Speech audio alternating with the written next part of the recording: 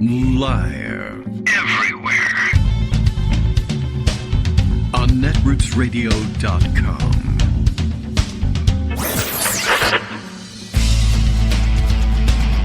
David Waldman. Kagro. In the mornings. Now, here's David Waldman. Hey, good morning, everybody. How you doing? It is Tuesday, December 15th, 2020. Time for another show, and another day goes by where I have neglected to take the new product out of the box. I actually got it out of the box this time. But no time left before the show to, read directions and figure out how to use this thing. So one more day on which we'll rely on the combination of a nice cup of water and maybe some of this hot peppermint tea to try and clear things up. It's getting to be winter weather out there. I imagine things will only be getting worse in the weeks to come. Like the pandemic, I guess. This despite the fact that the vaccine has been shipping, the timelines on Twitter and other social media full of pictures of nurses and doctors and others in the healthcare professions, whoever they may be. Radiologists, I guess, people who sit atop our, or used to sit atop our coronavirus response teams, etc., all getting the first doses of the new vaccine. And, of course, we learned yesterday, interesting questions still looming out there about whether we're better off giving as many people as we can one dose and just hoping another dose will show up later on, or splitting it in half and reserving the second half for later, or what. Ron DeSantis out there more or less on his own, I think, at the moment, with an article, or I'm sure an article or two at his at the ready, although from where and written by whom we don't know. But open question, I guess, and somebody's got to do the math on that, whether or not getting people halfway immune makes more sense. If lots and lots of them are half immune, twice as many, in fact, does it work just as well as 90% efficacy in half as many people? I don't know. We will see. All right, let's see. Lots to address today, as we are in the day following Electoral College voting day. So today is official goalpost moving day. That's what's going on in the Republican Party at this point. The goalposts are moving. All the people who spent all their time saying, well, it's not really official until it's official. And when the Electoral College, which really elects the president, votes, well, then we'll see where we are in terms of who's the president-elect. And maybe at that point we'll acknowledge that Joe Biden is the president-elect, Kamala Harris vice president-elect, and move on from there. But now there are Republicans out there saying, well, in addition to those who would seek to challenge the counting of the electoral vote on January 6th, when Congress ratifies the votes of the Electoral College, there are those who are even pushing the goalposts out even further. I mean, they're crazy, and they're among the worst people in the world. Steve Bannon, I guess, spent yesterday saying, well, really, the only date, what was his excuse? Miller's thing was the only date set forth in the Constitution is January 20th, Inauguration Day.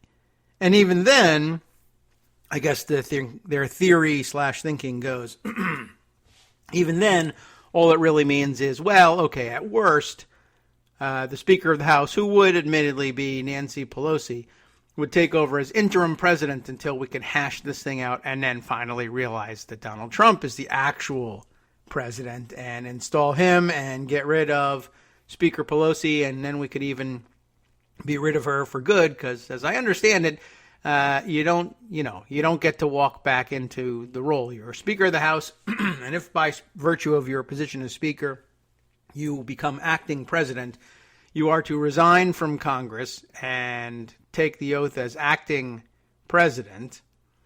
And that puts you now outside of Congress. You have to do this, of course, because you can't be both a legislator and the chief executive, even if you're only acting as chief executive. Pardon me. It's still working on it this morning.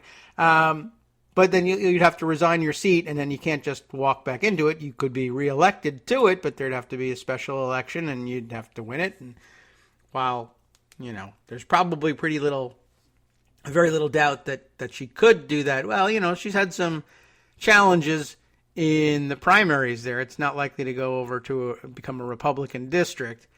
And she's been able to pretty easily fend off her primary challengers. She could probably do it again. But there is some sentiment, I will say, among the Democratic rank and file, both inside the Democratic caucus in the House and in rank and file Democratic voters in her San Francisco district, that maybe enough is enough, honorable service, yada, yada. You've capped it off with a presidency. Good way to go. Might as well take this out. I don't know how popular that really is. I mean, she's got a lock on the district, but I guess she could certainly, it would be a high note to go out on, I can tell you that, and it might not be a bad idea. I don't really want to suggest it because I don't really know who would be next in line who could organize the vote counting on the floor for floor measures as well as she can. She's got her other flaws, but she's pretty good at the vote counting. Steny Hoyer, I think, actually could handle it, but there would be no particular excitement for Steny Hoyer taking over as Speaker of the House either, among the rank and file or anywhere else, really.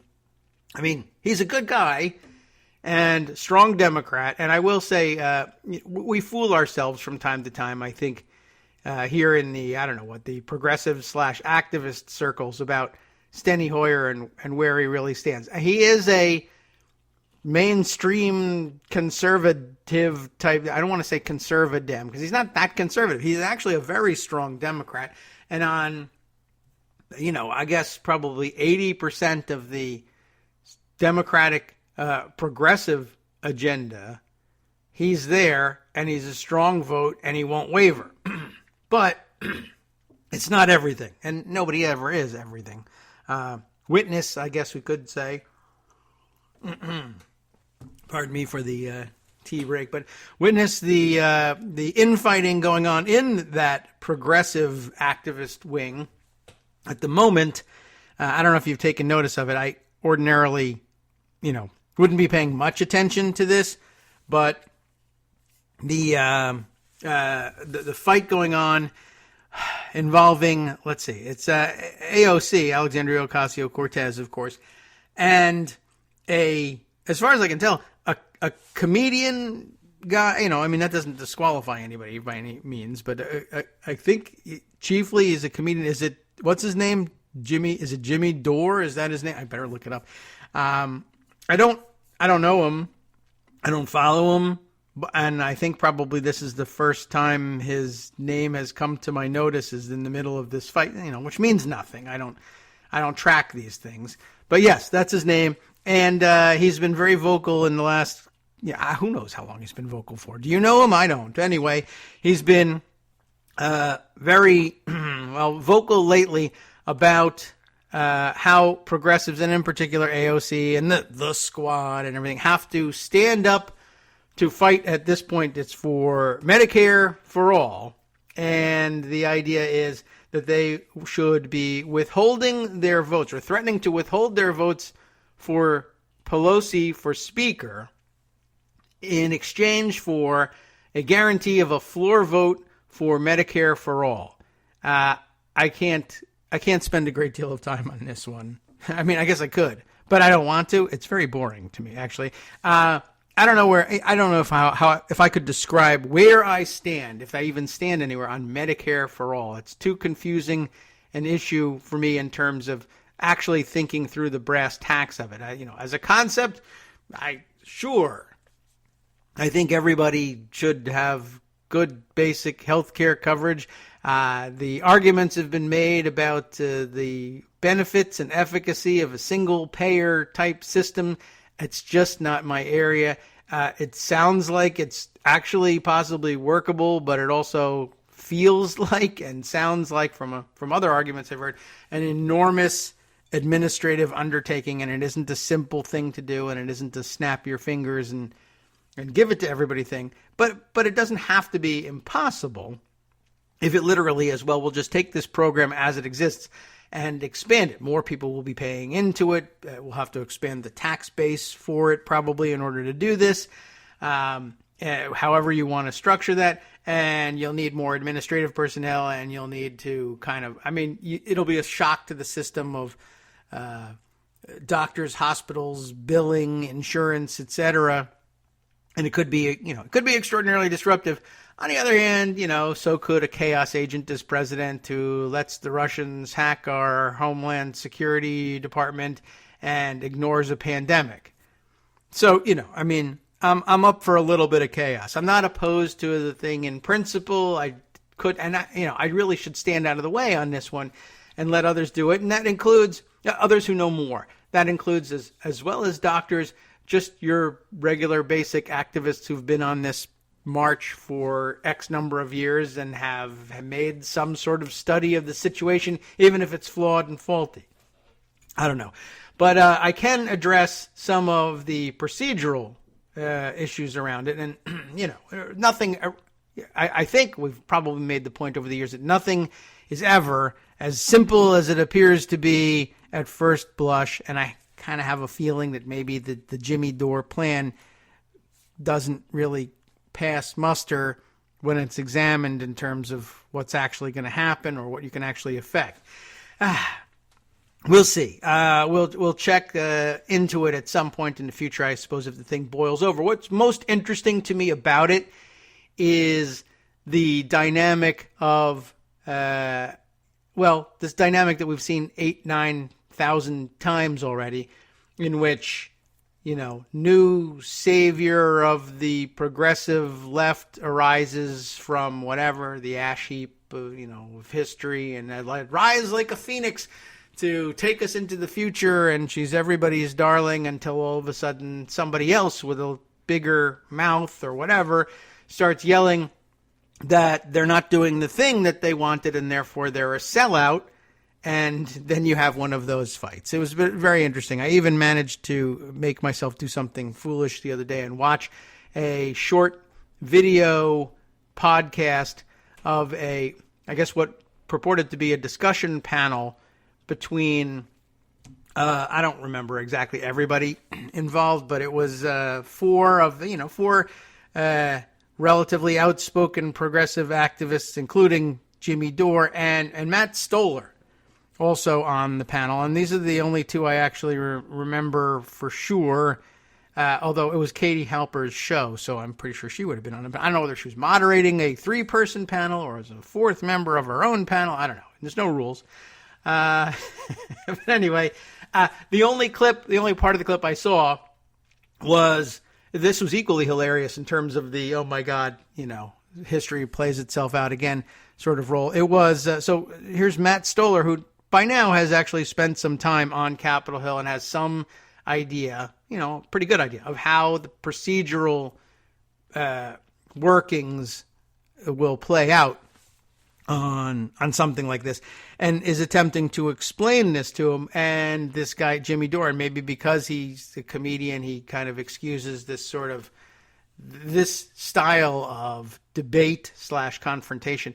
Matt's trying to explain, how the speaker vote goes and what you can really get for it. And actually, it's been interesting watching. A lot of the progressive activists have been saying it's not that it's bad to confront your leadership or to even withhold or threaten to withhold your vote in exchange for something. It's that in exchange for a guarantee of a floor vote for Medicare for all is a terrible deal, because it doesn't actually do that much to accomplish the end. In all likelihood, Medicare for all would unfortunately simply fail in the vote. It was, if you're demanding, well, we're going to have a vote, and you don't put any more demands on it, like what are the conditions of the vote or the timing of the vote and what's supposed to happen before the vote and all of these things, you end up, if you actually manage to force your hand, you end up forcing an immediate vote, probably with no committee markup or minimal committee markup of a bill of some sort that is essentially doomed to fail, destined to fail, and maybe even designed to fail. And then it fails, and then everybody who's ever been opposed to it for whatever reason just points and laughs, and that might be sort of the death blow for the next 10 years of consideration of a bill. Maybe. Maybe. And that's the best you can say, is that it's a maybe. But that seems to be the strongest point activist argument as well. You don't know that what might happen, as far as I could tell from what Jimmy Dore was saying in another video from the day before this other panel thing, was that, well, if you had a vote like that, he's basically saying, I dare members of Congress to vote against health care, any health care, I guess, but he means, specifically Medicare for all. I dare them to vote against health care, which is a great thing, and everyone loves health care, in the middle of a pandemic.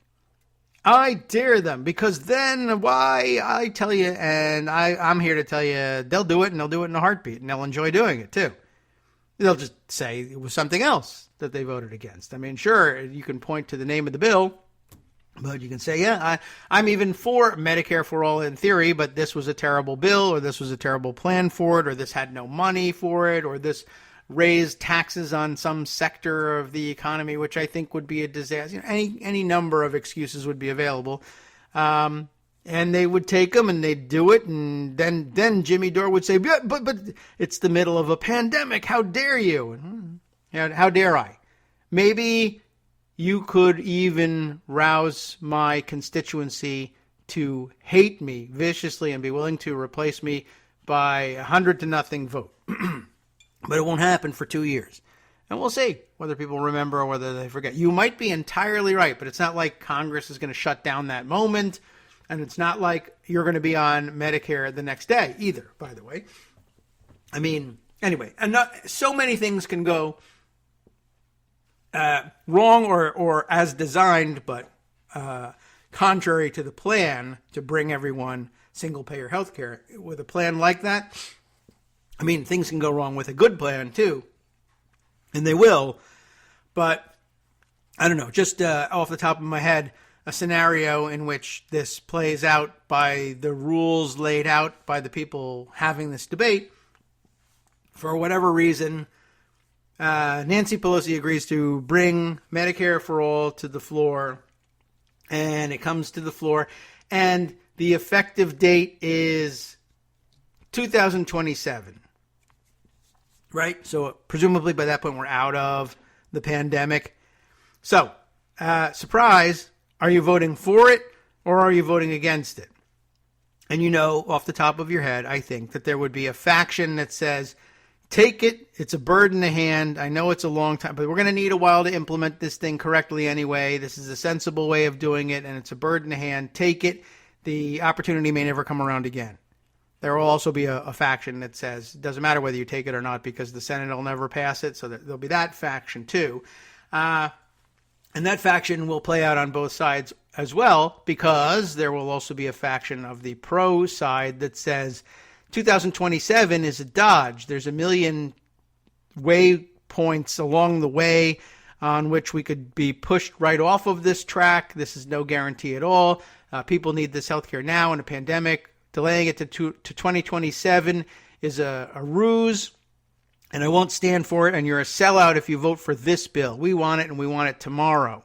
And so there'll be that fight, and both sides will actually be right about that. Then there will be people who say, I need to visually, optically, right? I need to be on the side of the pro-Medicare for all troops. I'm a co-sponsor of the bill. I can't abandon it now, but thank God the implementation date is 2027 and that the Senate will never pass this thing. This now makes it a free vote for me, and I'll take it. Not to mention, of course, I don't know how knowledgeable about this stuff Jimmy Dore actually is. And I get some sense of how knowledgeable he is, and it might be wrong, but the sense I get of it is from this panel discussion that I mentioned earlier on Katie Halper's show. Matt Stoller and Jimmy Dore are supposedly debating this thing. Jimmy Dore yells a little bit and says AOC is a sellout, and so is anybody that doesn't immediately do this and demand this thing. And Matt Stoller, I don't know what tack he was going to take, but for the sake of argument, it doesn't really matter. But for the sake of argument, say it's mine. And say he was going to say something like, oh, well, if you're going to trade your vote for speaker for the guarantee of a floor vote, and that's it, do you have more conditions? And if the answer is no, then it's an easy it's an easy example to walk through. If the answer is yes, then it's like, well, then don't yell and scream until you've outlined all the conditions. Don't tell me it's simply a vote for speaker in exchange for a vote on the floor. Because, again, you want another trick, right? All right, I guarantee you a floor vote. Fine. They vote for her because whatever. They're honorable and they hold up their end of the bargain. Pelosi is speaker. It doesn't matter. Make somebody else speaker. The same thing happens, right? You've guaranteed, say, a floor vote on Medicaid or Medicare for all. And the answer is, all right, well, in order to do this immediately, right, and satisfy you people who want an immediate vote, this will come to the floor tomorrow. No committee markup, but it will be brought to the floor under suspension of the rules. That is to say, for those of you who are familiar with that procedure, not subject to any amendment, for one thing, and only another thing, subject only to 40 minutes of debate, no more. Divided equally, 20 minutes aside, and it has to pass under suspension of the rules by 2/3 vote of the House. So a vote of 250. How many are we dealing with in the House? 435. So, okay. Whatever. 235 to do the math easily. 235 to 200. It passes, but it doesn't pass because it's not 2/3 of the House, and so it fails. But it had a floor vote. We held up our end of the bargain. The fact that you didn't understand that was coming is your own problem, and it might be rooted in the fact that you like to yell more than do anything else. Now, why do I think he likes to yell more than anything else? Again, this debate between Jimmy Dore and Matt Stoller, as Stoller is trying to explain that something like this could happen. I don't really know what he was aiming at, but it doesn't matter. He was explaining the intricacies of cutting a deal like this and what else should perhaps be on the table in exchange for a deal like this. Lots of other people have said other things should be in the offing. I won't vote for you for speaker unless you put AOC on the Energy and Commerce Committee, where she will be on hand to play a role in a real markup of Medicare for all, perhaps, could be the demand. I've seen that one floated. As soon as Matt begins to explain, well, the way things work is, and tell you what actually is going on, Jimmy Dore starts blowing raspberries. This is, and they go a little further than we do sometimes in the podcast language. This is BS. You're full of it. This is such a lie. Well, this is the same crap we always get. He's making various obscene gestures to the screen, and Matt can't get a goddamn thing out of his mouth, which is kind of hilarious in a way. And Matt recognizes exactly who he's dealing with, and doesn't appear to be terribly perturbed by it. I can't speak for being able to read his emotions. He may be very well be intimately familiar and good friends with Jimmy Dore, for all I know, and took it in stride, but he wasn't able to actually discuss what was going on. And until finally, I must say, I clicked off. I couldn't take it anymore. It could be that in the last 2 minutes, Dore actually shuts up and allows Stoller to explain himself. But it sure didn't look like that was coming. I mean, I would have been like, well, I guess I'm hanging up on this. I won't be an effective advocate, and I'll give in to his bullying tactics, but I don't feel like hanging around for this. Stupid. And I've been watching this. So, like I said, it's equal parts sad and hilarious to watch the various generations of up-and-coming insurgents who are going to, stick it to the man, get called out as the man, and have people who are even more outrageous blowing raspberries and cursing them out as sellouts while they're trying to explain how to get to this thing that they've all been working on for, well, on one side, at least I know, Stoller's been working towards whatever his various goals have been for, 15 years now, right? And I don't know how long Jimmy Dore's been around. He's never been on my radar, and most people make it onto my radar eventually, right?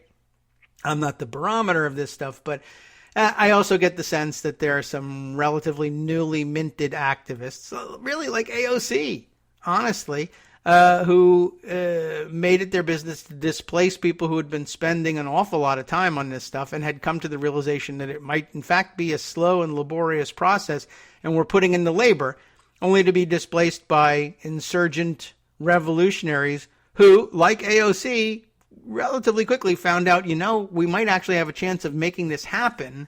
and a number of other things too if we go the slow and laborious route, at which point they're displaced by another round of activists who learned their craft, such as it is, on Twitter and social media, and don't not only have any idea how the stuff works, don't care either. I don't know.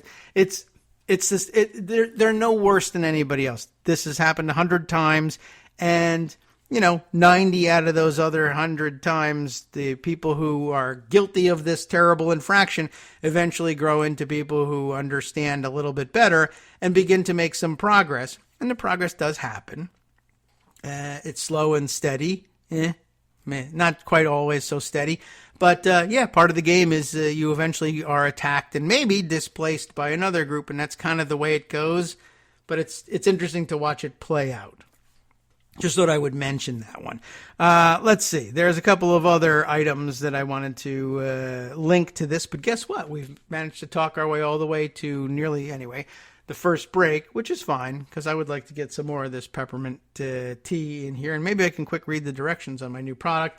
I did get this. I'll acknowledge this before the break. I could give you a teaser. I'm not going to do the whole explanation over and again, but I got an email over the Daily Kos system from our friend and Daily Kos user Calliope asking, and I get this question every couple of days now. No, it's not a problem. Don't worry about it. It comes to you when it comes to you. Asking about the post that's been making the rounds on social media and the blogs lately on, under the title of How Kamala Harris Can Neuter Moscow Mitch, the Senate Rule of Recognition. I'll tease you with it now. Well, no, I won't. No, it doesn't work. We'll be back in 2 minutes. Hi, it's me, David Waldman, your host for Kagro in the Morning, and I've learned that I either need to update these announcements more often or stop saying that the announcements are brand new. What's not new is that this message, too, is a call for your support in keeping the Kagro in the Morning show on the air. My thanks go out to all of you who do support the show through your donations. The stats say that Kagro in the Morning fans download our program about 2,000 times each weekday. But our donors make up only about 8% of our daily listeners. Patreon.com, Patreon.com, makes it simple to make easy, secure, recurring monthly contributions to support our show. Patreon.com/KagroX gets you straight to our donation page. If we're helping keep you sane during the Trump era, consider what that's worth. $1 a day? 50 cents? One thin dime? We do about 20 shows a month, so pick a number, do the math, and head to patreon.com/KagroX to let us know. Thanks again, everyone, for all your support.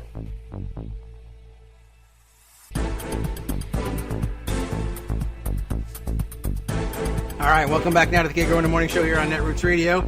I probably should make a note to myself to find that the videos that I'm talking about and let you take a look at them. And maybe, one, you can decide for yourself if I can find the things. Again, they went by very quickly the other day on Twitter. I think I could probably root them out.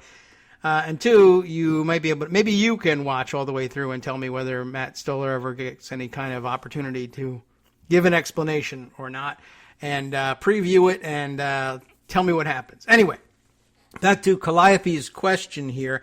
I see now, has it been posted again on Daily Kos? I think so, but I thought I got to this. Did I not answer this? I don't know.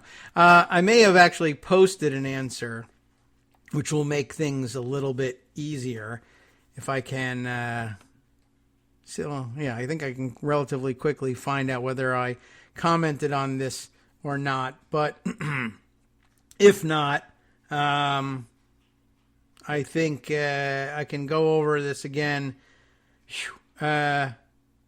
relatively quickly. Yeah, I guess I must not have done that. It's odd. All right, well, I guess I'll do it now. I've addressed it on the show before, and if I had the date, I could just say I refer the right honorable member to the reply I gave some days ago. But this in particular links to a posting. It's probably been posted a couple times by a couple people. But this one by Noble Experiment over at the Daily Kos community, and leaning on. Let's see. There's a couple of posts around that attempt to explain it. And there's I think what makes the post that makes the claim that this is possible seem like it might actually be possible is that there's a reference to some good, solid, and factual explanation of the rules of recognition on the Senate floor. And I think I can long story short this one relatively well.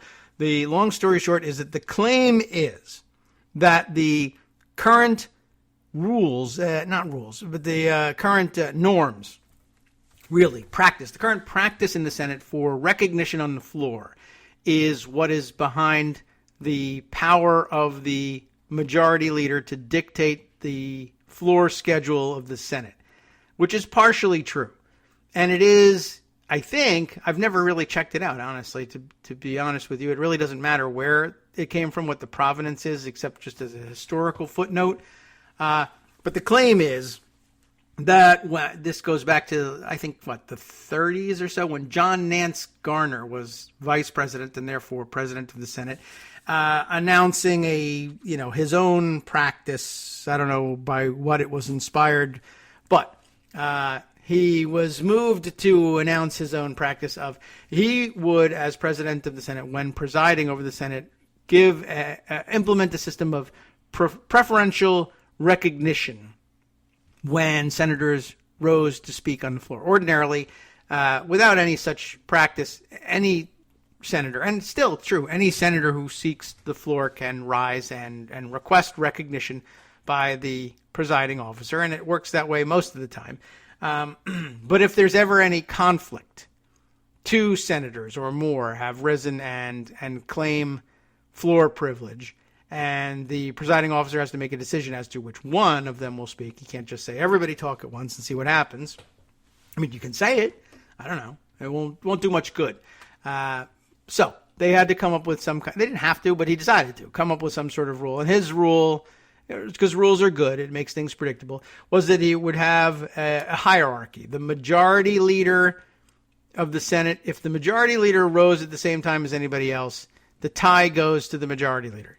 If it's the minority leader and anybody but the majority leader, the tie goes to the minority leader, and so on. It's a very small line, actually. The next person would be the bill manager, if there was a bill on the floor, the majority party bill manager, and then the minority party bill manager, and that would pretty much be it. And then if you weren't discussing legislation that was pending on the floor, then fine. You could just do it by who rose first, and if there's a tie, you just say whatever. I mean, if you really feel like going to some sort of ranking or seniority or minority-majority thing, you can do it, but it really doesn't matter after that. The explanation goes on to say that because the majority leader can expect to be called on whenever he chooses to rise and seek recognition, that gives him the opportunity to make motions before the Senate to proceed to one item or another, and that drives the agenda. And so it is Mitch McConnell's, because he's currently the majority leader, Mitch McConnell, the source of his power to dictate the schedule comes from this priority recognition, it's claimed in the article drawing upon the article making the historical point about John Nance Garner. It's when you start to think about what does it mean to be able to get preferential recognition that things begin to kind of fall apart. So the more speculative article says, well, if it's not a Senate rule and it's just a practice, then Kamala Harris, as presiding officer, should she decide to spend the day in the Senate and take up the gavel and run things, could change that and announce her own policy, or not announce her own policy and just do what she wants to do. And she could recognize a Democratic leader, Chuck Schumer, or take your pick. I don't know whether some of the people who wanted to see this thing implemented wanted to pick somebody else or whatever, but the logical leap here, what doesn't get solved and isn't discussed, is that the power to determine the agenda doesn't come just from priority recognition. It's a combination of being able to rely on priority recognition and having been elected the leader of the majority party, which means something. Mitch McConnell, when he rises to speak, does so knowing that he has the backing of his party and knowing that his party, his conference, as they call it inside, is the majority. And so if they stick together, which they usually do, and most parties do, particularly on procedural issues, then he would be able to dictate the direction of the floor because, one, he'll be the first one asked, what do you want to do today? And then he'll say so. And he knows that 51 plus senators, or sometimes not plus, but 51 senators or more are in favor of allowing him to say what's next and will agree to whatever he says is what's next. Sometimes there are disagreements about what should be next, but they hash them out ahead of time. And generally speaking, Mitch McConnell won't rise to move something to the floor unless he's talked to everybody or enough senators in his own conference to know that, yes, there are 51 senators who want this to go next and or are willing to go along with this going next for some combination of reasons. So it's not the priority recognition alone that does it. And it doesn't mean that if you recognize Chuck Schumer, he's not going to automatically have 51 votes behind what he says if there's not 51 Democratic senators. That's the missing link in all of this. So what ends up happening is, reminder here, how do things happen in the Senate? Why does what Mitch McConnell say is going next go in terms of what is going next on the House floor? And again, it's because he gets recognized first and can make the choice, and because he makes the choice from a position of power where he knows he's got a majority of the Senate behind him, and usually also on top of all this, he's literally discussed it with all of them, and they have agreed. So the only way anything happens in the Senate, the way business comes before the Senate, is either by unanimous consent. Everybody agrees to do it. Nobody objects to doing it. So anybody can do that, by the way. If you are the lowest ranking Democrat in the Senate and nobody's on the floor and you rise and you're to speak and you're recognized by the President pro tem of the Senate and you say, I ask unanimous consent to move to a Medicare for All bill, and nobody objects, then that's it. You're on the Medicare for All bill. Congratulations, you've done it. That's all it takes.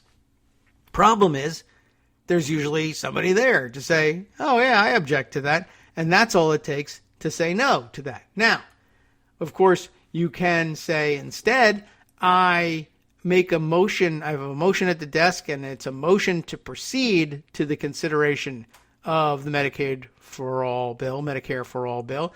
I should probably get it right. And there's a vote.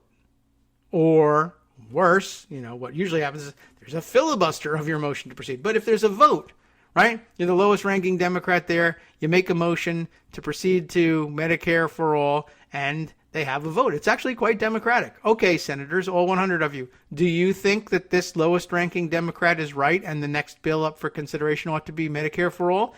And if there's 51 no's, then that's not next. And it doesn't matter whether you're the lowest ranking Democrat making that motion or Mitch McConnell, for that matter, making that motion. If you can't get 51 votes to say, yeah, that's coming next, or even harder, if you can't find 60 votes for cloture to defeat a filibuster of the motion to proceed, which makes it even more difficult, then you don't get anywhere. So that's kind of where it fails. Yes, Kamala Harris can change the practice and can recognize anyone she wants, but it's actually not at all undemocratic or unfair. People, at the heart of this is the objection that Mitch McConnell is an evil person, and that part is true, and that he has near dictatorial powers, and that's ridiculous and unfair and anti-democratic. And that part isn't true. He's the elected leader of the majority in the Senate. And so long as they are going to give him his votes and he commands those votes and has priority recognition, that helps, certainly. But as long as he's in control of a majority of the votes, it really doesn't matter who goes first except for efficiency in the chamber. If the majority leader of the Senate is recognized last out of everybody, the agenda is still going to be set by the majority leader of the Senate. 49 Democrats get to rise before he does and make a suggestion about what should be next on the floor, and they are rejected one after another, after another, after another, after another, until finally a Republican, whether that's the majority leader or not, gets to speak up. And, of course, it may happen that if they do those in reverse and the lowest ranking Republican goes next after the highest ranking Democrat finishes getting his motion to proceed defeated, the lowest ranking Republican speaks up and says something that doesn't have the support of his entire conference, and he loses. And on and on and on until somebody suggests something that a majority of the Senate actually wants. Now, it's also possible that somewhere along the line a Democrat may suggest something that actually has majority support, whether because Republicans agree or because two of them agree and that's enough. But you get the idea here. It's not priority recognition by itself. That doesn't fix anything. Kamala Harris can recognize anyone she wants, but that person has got to have an idea that has majority support. What is wrong with that? What is dictatorial about that? Nothing. It's just we hate Mitch McConnell, and we would like to be able to stuff it in his face. But this is not really an actual way to do it. The way to do it is to win the two races in Georgia on January 5th and make him not majority leader. That's the only way it can be done. Or, of course, his patio can defeat him and take him out for us. We could always root for that. And then there's COVID.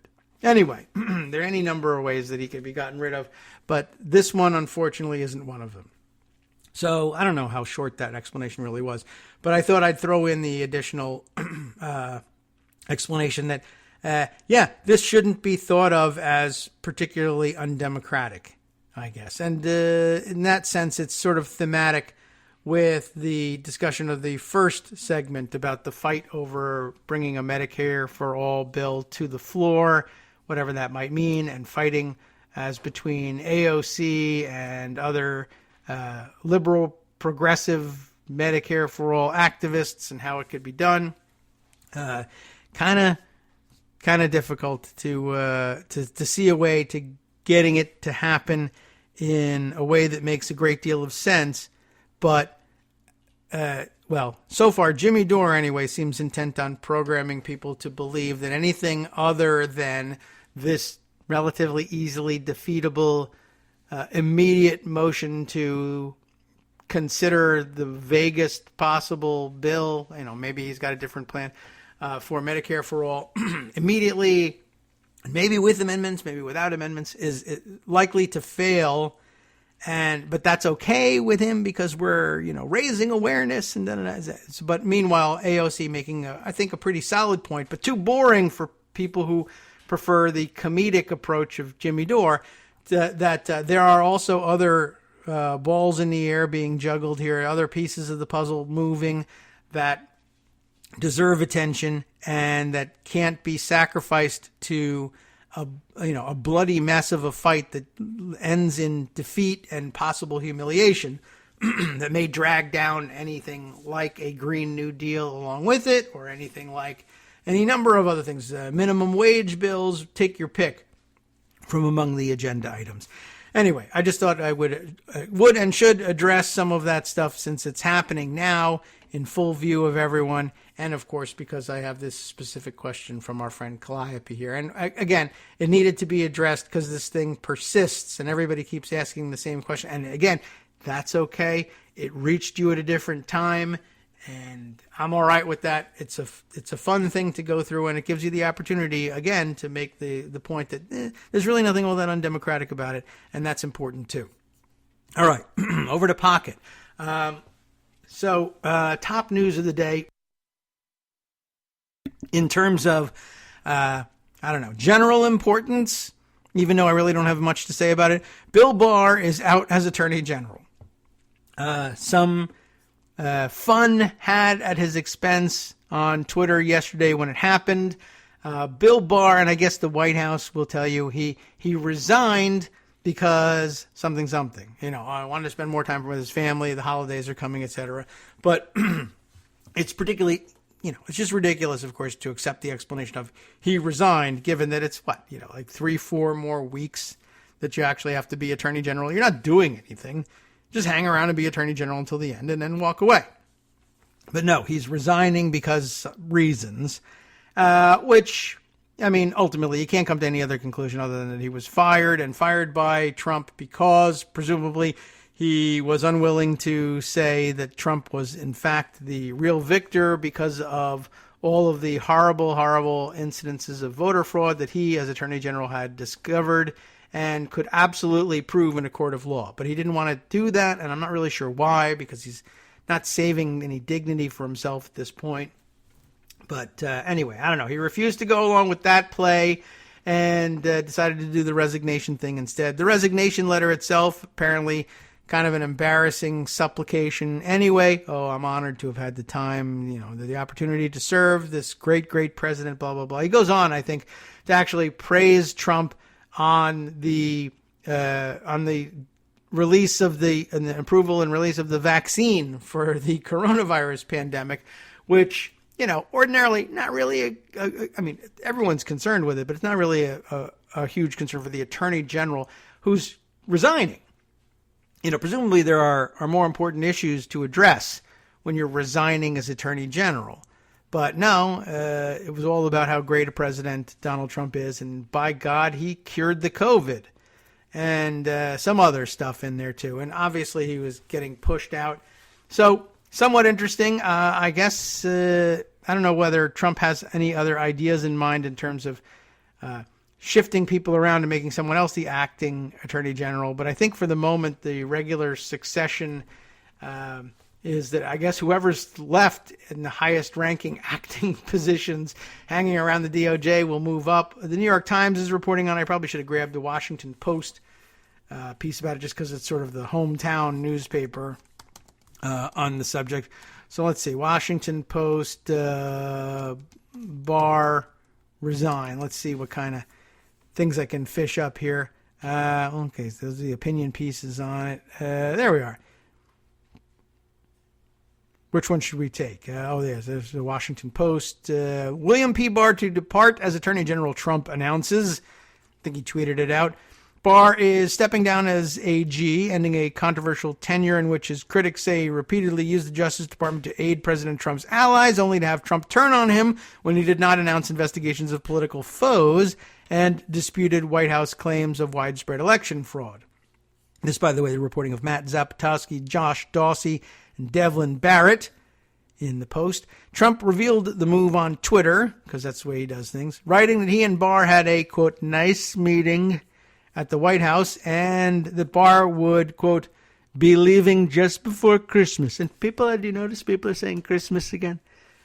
Be leaving just before Christmas to spend the holidays with his family, which also is what a still serving Attorney General would be doing.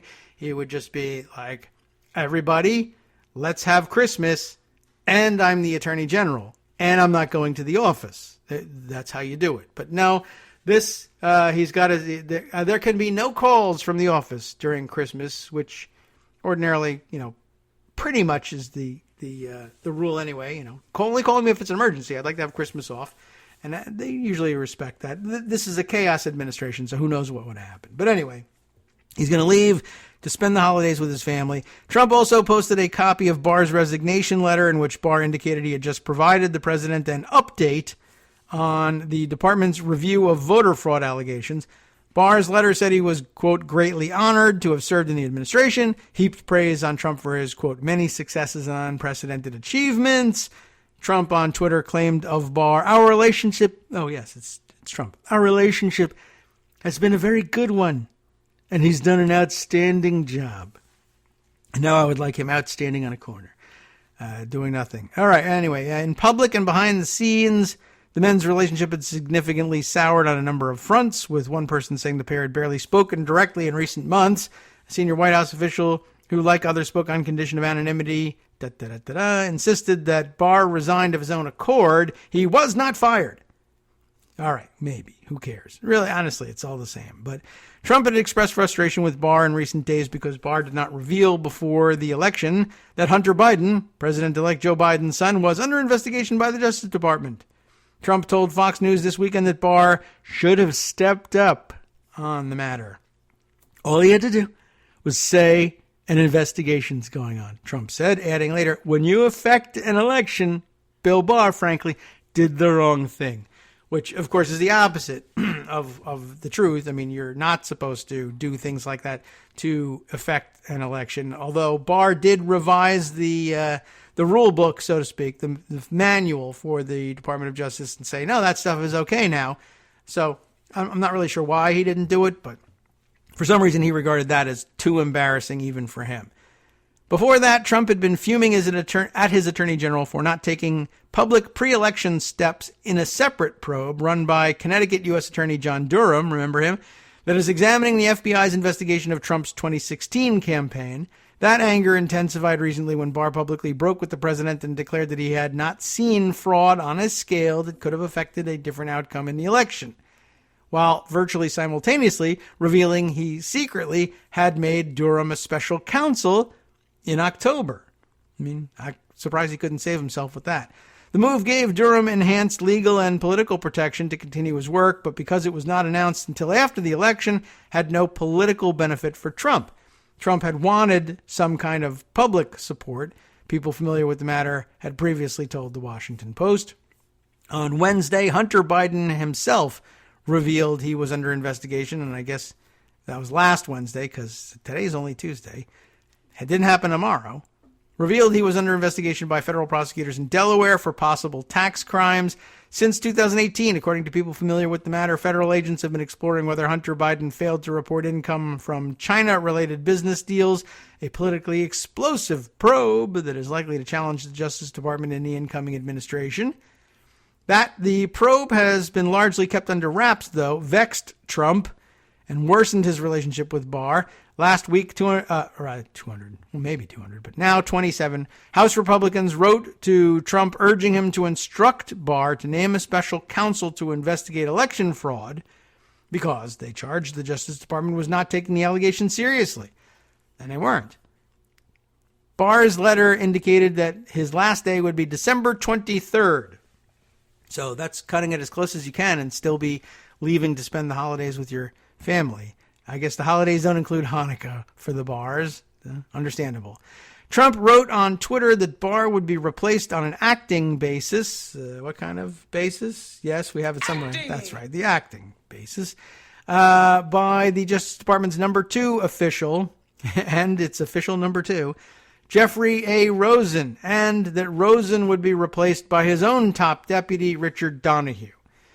Barr had told associates in recent weeks that he might leave his post before the Trump administration came to an end, a possibility he had been considering since shortly after Election Day, when it became clear that Biden had won. All right, going to quit eventually. But after news reports emerged of that consideration, a Justice Department official pushed back, saying the AG's intention is and always has been to stay as long as the president needs him. Friends of Barr had also said previously that he wanted to stay on if Trump won a second term. The White House official said that Trump discussed firing Barr as recently as Friday, but that it was unclear whether the president was serious. White House Chief of Staff Mark Meadows had been critical toward Barr to the president on several occasions, officials said, but the president's criticisms of Barr in recent days drew some pushback even from typically fervent GOP allies. In an interview late last week, Lindsey Graham, chair of the Senate Judiciary Committee, by the way, said he had faith in Barr, even though he knew Trump was frustrated. I can assure you, well, who cares? He had faith in him. And then he says it in his particular way. After Barr's resignation was made public, Graham said in a statement, "I have nothing but total respect and admiration for the job done by William Barr." Senate Majority Leader Mitch McConnell also told other senators he continued to support Barr. Inside and outside the DOJ, Barr's critics were not sorry to see him go. Noah Bookbinder, Executive Director of Citizens for Responsibility and Ethics in Washington, said, "Good riddance," arguing the Attorney General has done tremendous damage to the Department of Justice and to the American people's very faith in our justice system. Jerry Nadler, chair of the House Judiciary Committee, said the AG was willing to do the president's bidding on every front but one. Barr refused to play along with President Trump's nonsensical claims to have won the election. He's now out as AG 1 month early. It's a good statement. That's the facts. Nadler added that Biden's pick for Attorney General, whoever it is, will have a tremendous amount of work to do to repair the integrity of the Department of Justice. That is true. Let's see. The rest of it, the reviewing Barr's terrible history, I mean, it's sometimes worth doing, but we'll just let you do that on your own time, I guess, so we can move on to some other stories. Just so we have the basics of the dynamics there, I thought I would share some organized thoughts about his ouster as Attorney General, because I didn't have any. I just said, oh, yeah, we'll rely on somebody else's. All right, let's see. Other things that I can bring up. Oh, yes, right. Well, maybe just before our break, we can do 1 minute on this. Yesterday, as we said, the Electoral College met and voted some embarrassing stunts and shenanigans by Republicans in the interim. In at least a couple of states, they are, I don't know what they're doing. They're faking up documents, essentially. This has devolved from the movement to push state legislatures to exercise their power. It's too late for them to do it, but to push them to do it anyway, to exercise their power under what we discussed yesterday, Article 2, Section 1, to take back the power from the electorate in the state to appoint presidential electors and to simply do it themselves and appoint an alternative slate of electors and dispatch that to Congress such that there would be two slates, the one actually elected by members of the Electoral College and signed by the governor, and one purportedly appointed by act of the legislature and not signed by the governor and sent off to Congress. Now, the rules of the game, there's actual statutes governing this, make it very clear that the slate with the governor's approval is basically given preference in trying to decide if there's a genuine dispute between two slates and trying to decide which one will be counted. The one that would have been put forward purportedly by the state legislatures would lack the governor's signature in most of these states that they were actually targeting. Both Republican governors of those states refusing to go along with those games, and the other states where there are Democratic governors, obviously they wouldn't either. This is something outside of that and even more embarrassing.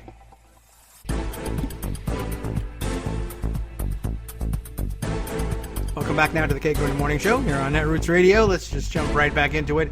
I told you just before the break, dumber and more embarrassing things happening with the Electoral College on the Republican side. And having failed to persuade any state to reconvene its legislature and put forth an alternative slate of electors, the rank and file Republicans, and in some cases the what would we say, the electors or the nominees for presidential electors put forward by the Trump campaign, who would have been members of the Electoral College had they been elected to it. Had their state gone for Trump, they would have been elected to the Electoral College. I think I'm assuming that these people are who they say they are. They may not be. It's difficult to actually, for me to know, because I haven't done the investigation of it, but I guess we could check it out. But for the sake of argument and to tell the story, we'll just assume they are who they say they are.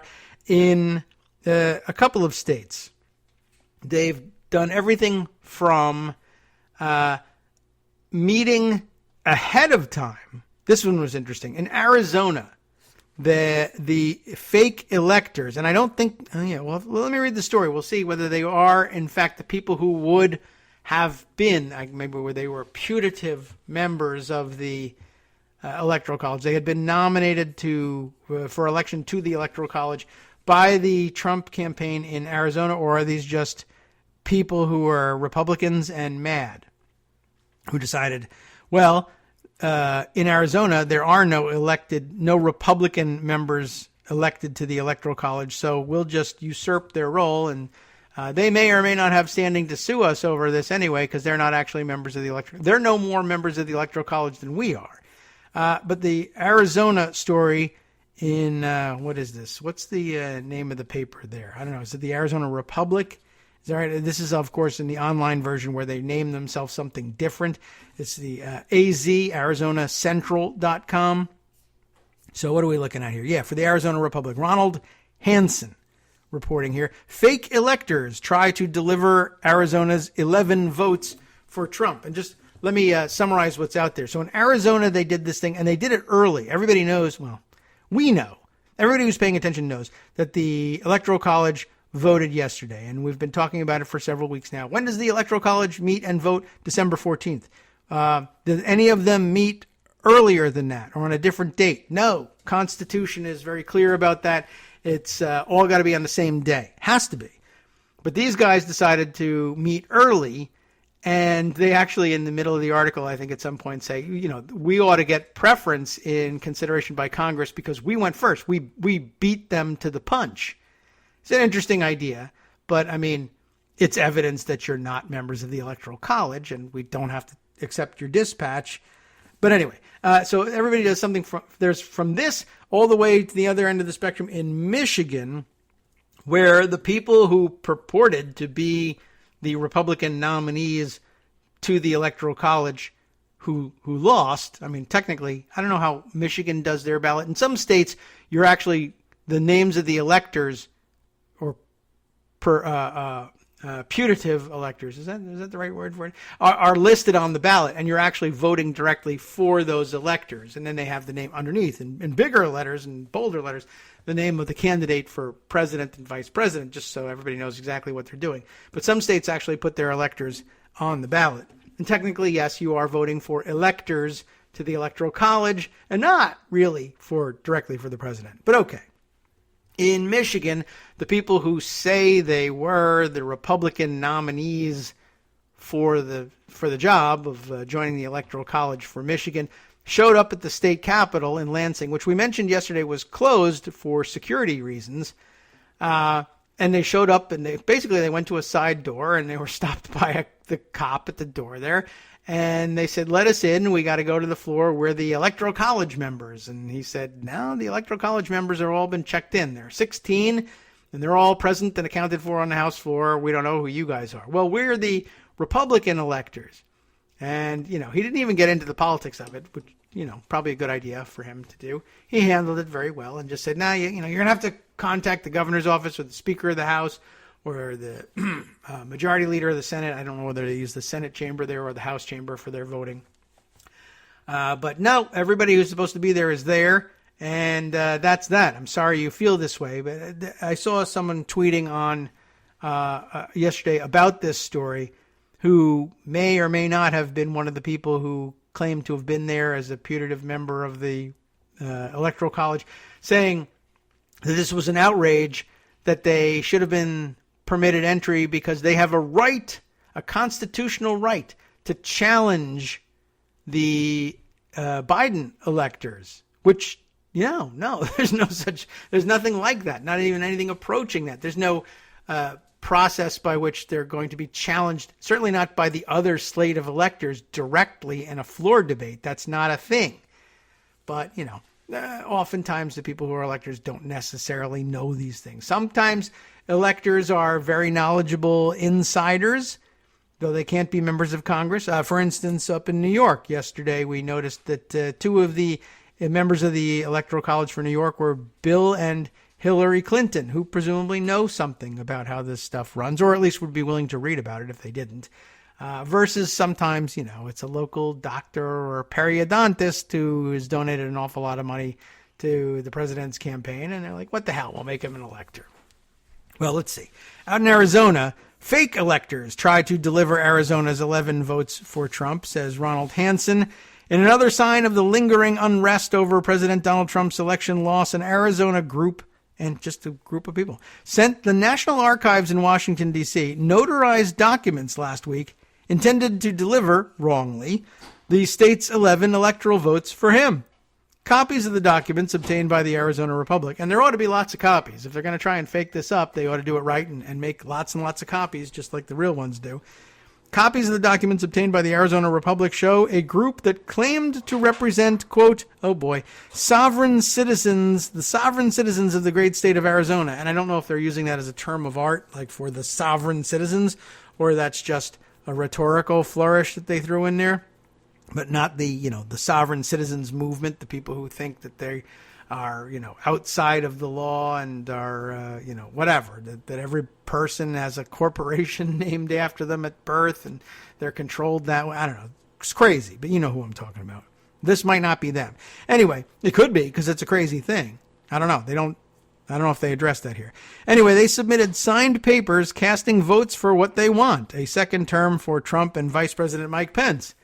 Mesa resident Lori Osecki, 62, helped create a facsimile of the certificate of ascertainment that is submitted to formally cast each state's electoral votes as part of an effort to prevent what she views as the fraudulent theft of the election, which she will now prevent with a attempt to fraudulently steal the election. But whatever. And, good research there. She found out what the thing was called, Certificate of Ascertainment. You can find pictures of them on the internet. They send them to the National Archives all the time, so you should be able to see what the previous ones look like. And then you mock it up on the computer. This is where she makes this interesting claim here. We seated before the legislators here. We already turned it in. We beat them to the game, she said. Now, that's frequently expressed as beat them to the punch or something like that. But, okay, we beat them to the game. That could work. I could see it. It's a lesser-known metaphor, but it could work. The rest of it doesn't. We seated.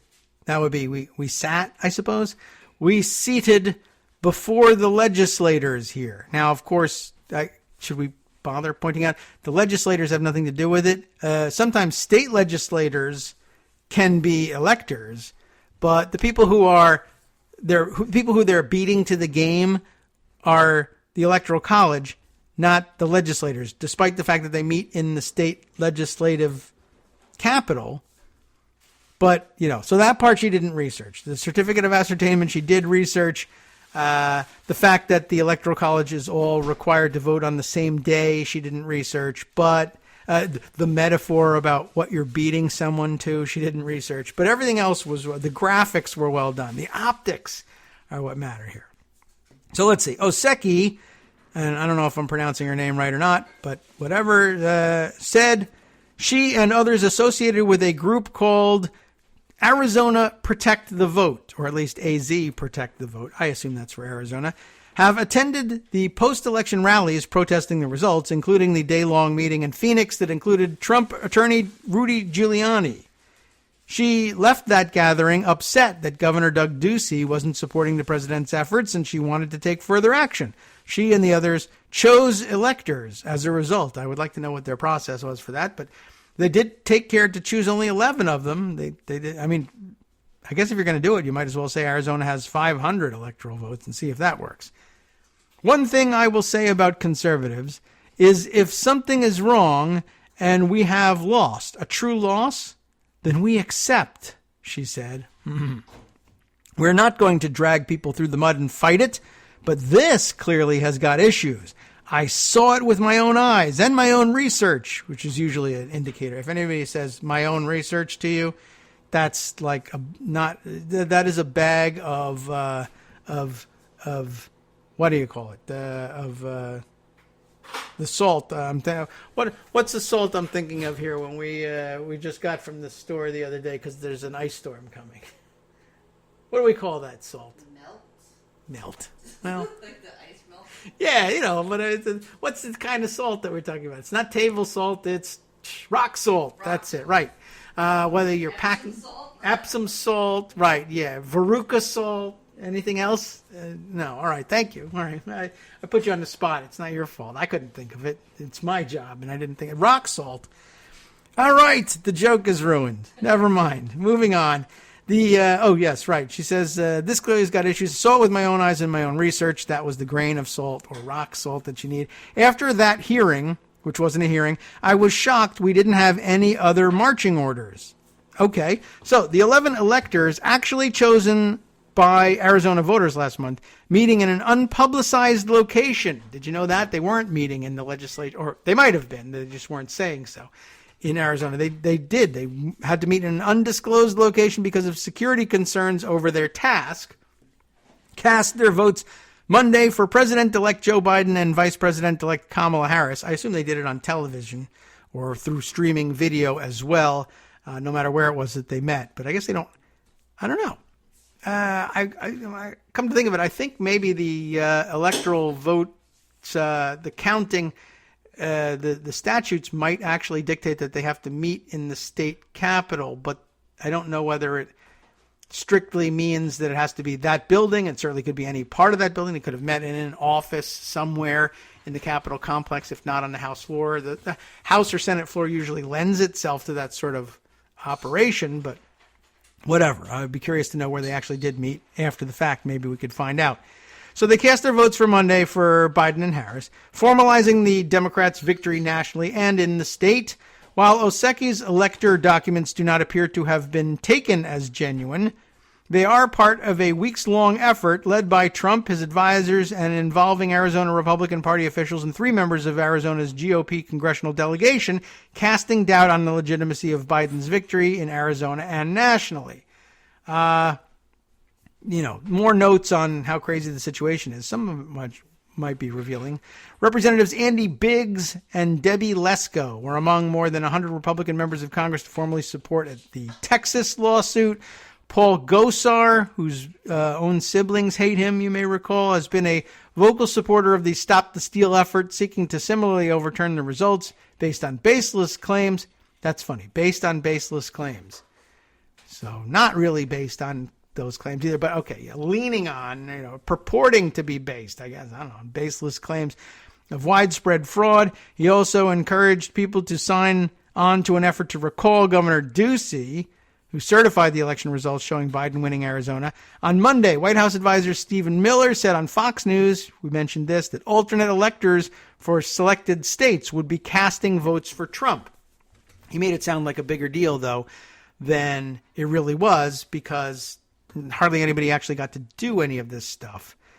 In Michigan, they wouldn't let him in. I don't know whether they eventually, adjourned to a nearby Starbucks and voted there or what. Arizona was not named among them, though, in Miller's comments, and there was no indication that the fake electors were connected to that effort. Might have been freelance. What's interesting is that there really were Republican nominees for electors out there in Arizona, and they didn't do this. Just this other group of 11 nuts did it themselves. I don't know. It's fun. I might do it. As we speak today, the alternate slate of electors in the contested states is going to vote, and we're going to send those results up to Congress, Miller said. This will ensure that all of our legal remedies remain open. And I wanted to bring that part of the story up because it doesn't. I mean, just to get to the nuts and bolts of it again, on January 6th, I think we've discussed it. We must have discussed it at some point, how this happens.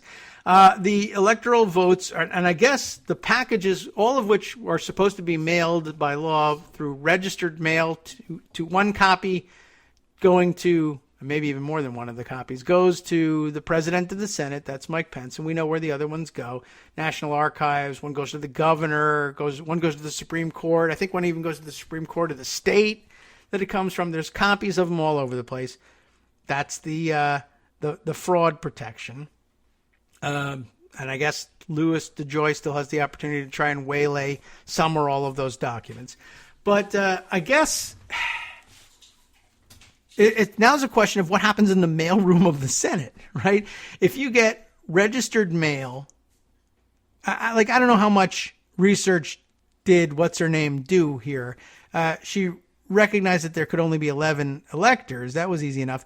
And she looked at what the certificate of ascertainment looks like, but did she look up how it's supposed to be delivered? Like if she FedExed it, for instance, and you're working in the mailroom or wherever, in the office of the, in the House, it's the clerk, but I guess the Secretary of the Senate is what they call it.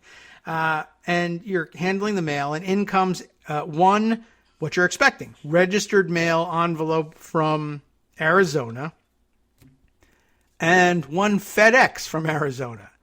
Like, I'm curious. I mean, I think the rules say that the envelopes are supposed to be opened by the president of the Senate and then handed to the tellers to be read and announced. But I'm curious as to whether they really make the vice president open the envelopes or whether, in fact, the people in the Secretary of the Senate's office open the envelopes and neatly stack them for the vice president to pick up, look at, and hand to the tellers. But I'd have to make a closer observation of the C-SPAN footage on that one. Maybe we can all watch on January 6th. But if they're unopened, I suppose there's some hope for chaos, like Stephen Miller wants to believe there's going to be.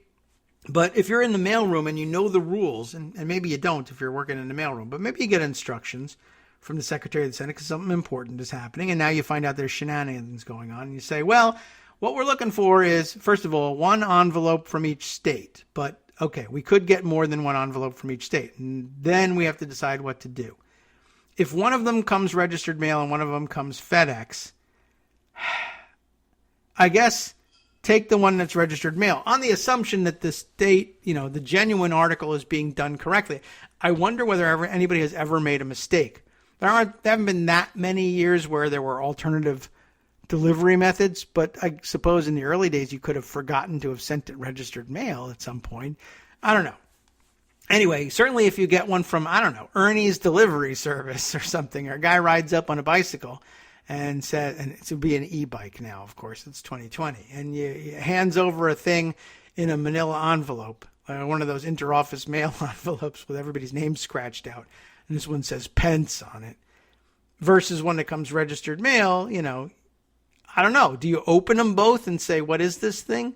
I mean, in all honesty, the thing coming from the package in Arizona probably doesn't even get past the bomb sniffers. They'd be like, what the hell is this thing? There's wires sticking out of it, stained with oil and maybe ketchup. I don't know. But if you open them both, right, to check out, I don't know. It's registered mail from Arizona, and I'm thinking it's the Electoral College votes. But maybe in a place like that, more than one thing comes by registered mail on a day like that. And you got to open them up to be sure which ones. You don't want to send, some constituent mail to Pence and then be on the floor and saying, okay, so for Arizona, what are we going to do here? Oh, my God, look at this. My library book is overdue. I can't believe it. What happened to the electoral votes? So somebody's probably screening this stuff. So anyway, what I'm trying to say here is there's every chance that something like this, which is instantly recognizable as garbage, doesn't even get to the floor. My guess is it doesn't come anywhere near the floor, and Pence doesn't see it, and Pence doesn't hand it to the teller, and the teller, if he's a Republican, doesn't have to make the decision about whether or not they're going to read this thing aloud and bring up a contest, create a contest by reading the fake documents from Arizona. It's just not there. And all of what Stephen Miller is planning depends on somebody actually putting these other competing certificates in the hands of, one, the vice president of the United States in his role as president of the Senate, and two, the hands of the tellers appointed by the House and Senate and the Democrats and Republicans therein to actually inspect the documents and announce their validity and then read their results. Because the little script that they give the tellers, of course, is you pick the thing up and you say, Mr. President, the certificate of the state of Arizona appears to be regular in form and authentic and indicates thereby that 11 electoral votes are cast for Joseph R. Biden of Delaware for president and 11 electoral votes cast for Kamala Harris. What's her middle initial? Anyway, please, somebody else knows. I don't. Kamala Harris of California as vice president. And then that's it. And then the people write down the numbers and stuff. And you move on. And a little chyron on CNN or C-SPAN tells you how many votes have been cast and when they go over the top and officially become president and vice president. It's very exciting and all that. But, what happens if this Arizona document gets it? How does Arizona go in the alphabetical order of the states? Presumably it's right up at the top there. But Alabama, I guess, goes first. Off the top of my head, I can't remember the alphabetical order, but yeah, okay. Alabama, Alaska, Arizona. So it's third. And I guess some question of what order do the tellers work in? And I don't know if there's a set order where they draw lots or what, but remember, 2 are Republicans or 2 are Democrats. So suppose the fake Arizona certificate gets stuck in there and it ends up in the hands of a Democrat. Does he say, Mr. President, this certificate purporting to be from the state of Arizona does not appear to be regular or authentic. And I don't know what we're going to do. Why did this get put in here? Or do they have the two of them?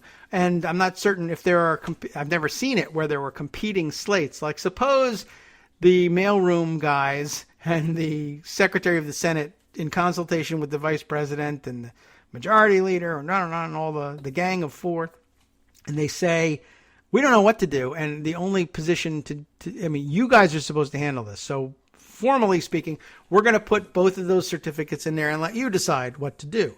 I guess my question is, do you put both of them there? I mean, you couldn't do that without discussing that with people because you don't want to catch the tellers by surprise here, right?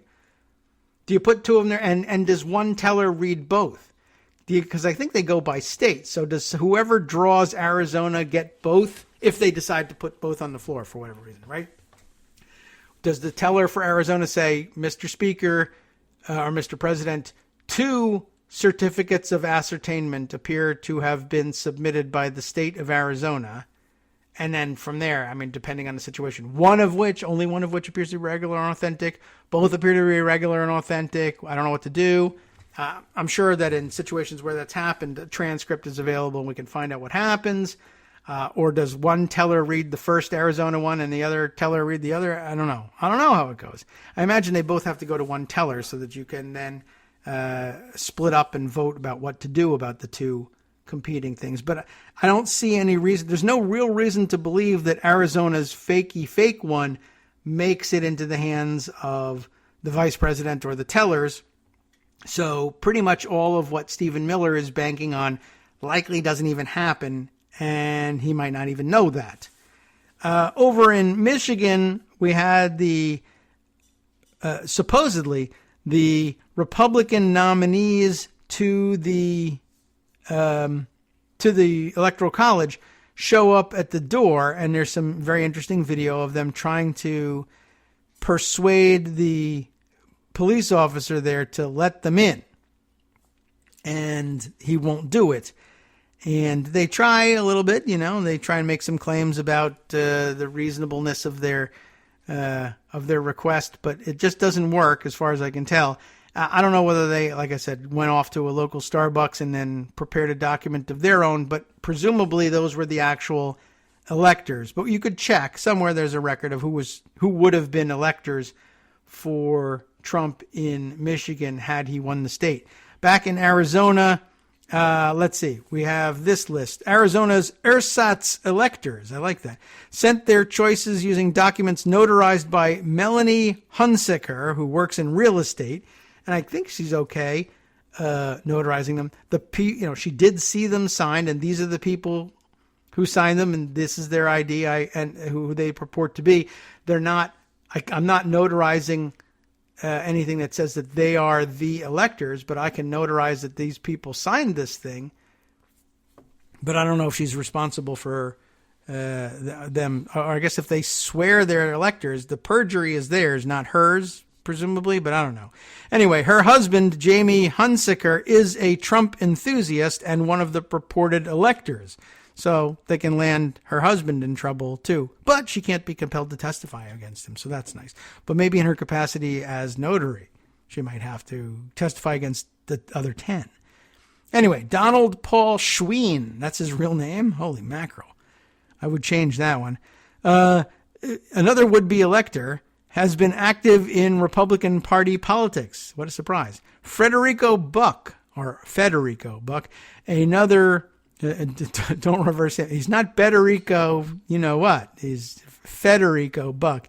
Another real estate veteran. Wow, they're all out for Trump. That makes sense. Is also among the signatories. That's so dignified. You're a signatory now. Others include Cynthia Franco, Sarai Franco, Stuart A. Hogue, Carrie Lundell. I'm saying it as though they're going to join history here. Christine, that is to say Christeen, believe it or not. Christine Taryn Moser, Danji J. Moser. A lot of married couples are in the Electoral College here. Jessica Parnell and Peter Wang. Wow, Peter Wang and Donald Schween together. Boy, I got to get invited to more parties in Arizona. Good Lord. Okay, is it time for our music yet? Yes, it is. Okay, boy, are we wasting a lot of time today. Oseki attested to the group's eligibility as electors. Oh, that would mean as eligible voters in the state, not necessarily as electors for president. But okay, it was not immediately clear if the group's efforts broke any state or federal laws. Although if they mailed it by registered mail and it's a forged document, they might have some real trouble with mail fraud there. Alert the FBI. We'll see if anything comes of it. We'll be right back with Schween and Wang. Hi, everybody. It's me, David. Let's change things up from the old fundraising pitch for just a minute and talk instead about how you can be a part of our show. If you've got a smartphone or any other electronic recording device, why not sit down and record a segment for us? Read us an important article and give us your take. Read one of your own original essays, or even just give us your commentary on something you'd like to share that's important to you. Then send the file to me at kagrox@gmail.com, and I'll try and work it into the show. Short segments, a few minutes in length, are easiest to fit in. And of course, I can't always guarantee that I'll be able to play everything, but if you've ever shouted at your radio or TV about something you wish was being covered, here's your chance to change that. Make the show your own. Send your submissions to me at kagrox@gmail.com.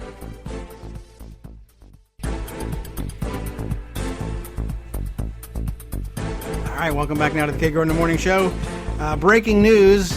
It actually is breaking news, I guess. Stephen Dennis, who keeps an eye on such things, retweeting the breaking news report of Bloomberg Business. Senate Majority Leader Mitch McConnell says the U.S. officially has a president-elect and congratulates Joe Biden. So I guess that's finally done. That's good news, and I guess now the work of the Joint Committee on the Inaugural Ceremonies can go forward, unless, of course, Roy Blunt and let's see who else, Kevin McCarthy are going to hold out on that stuff. And I guess one of the Democrats is absent from the proceedings. But that should make it, at the minimum, the vote 4-2 to go ahead with planning the inaugural. Okay, so I just also had to send out the notice to everybody else on Twitter that, yes, I'm astonished by this. We should change the name of the show. I'd love to have as co-hosts here Schween and Wang in the morning, the two fake Arizona electors. See if we can get them on board. I don't know. Pretty amazing. We'll have to see what's up with all of this. All right. Let's see. I'm going to jump back to the end of the Arizona story to see if there's any more fun surprises about the names of the people who were involved here. Arizona, oh, yes, right. They were questioning whether or not there would be some legal consequences. Arizona sketches out a series of criminal charges relating to voting and election fraud. And we did find, finally, the fraudulent mail-in ballots, I guess. But those mostly appear to deal with casting regular ballots or tallying the ballots. It also has a provision for making, possessing, or presenting what are known as forged instruments with an intent to defraud. That is a felony offense. It'd be really interesting to see in a courtroom whether or not any of these people, these putative defendants, would say, yes, we intended to have Congress accept this as genuine, but we didn't intend to defraud. We genuinely believed that we were right. And I wonder what a jury would say about it. Like a normal jury would say, no, you're wrong. You're going to jail. But I guess you could actually make a case on something like this. Or I guess if enough of the defendants said, well, we didn't really believe that anybody was going to believe this, and we just wanted to make a symbolic protest. We didn't genuinely intend to defraud, which would be the smarter plea, because you might actually win with that one. The federal government has broad authority to prosecute what it deems mail fraud, although it is more often used to target financial crimes. There is a provision in the mail fraud statutes for depriving people of what are known as honest services. So you could be trying to deprive the American people of the honest services of Joseph R. Biden. That would work. After learning what Melanie Hunsaker had notarized, another notary, Robert McDonald Jr. of Mesa, filed a complaint with the Secretary of State's office, against her, saying she participated in a fraudulent scheme. As a duly sworn and commissioned notary public myself, this fraud and malfeasance places a major black eye on those of us who do our duty faithfully and ethically. he wrote in his complaint. I'm sure that there's probably part of whatever code of conduct for notaries, and maybe even enshrined in law somewhere, that you shouldn't be notarizing what you know to be a fraudulent document. I'm sure she could, again, make the excuse that, look, I'm just notarizing that these people are who they are, and they produced ID.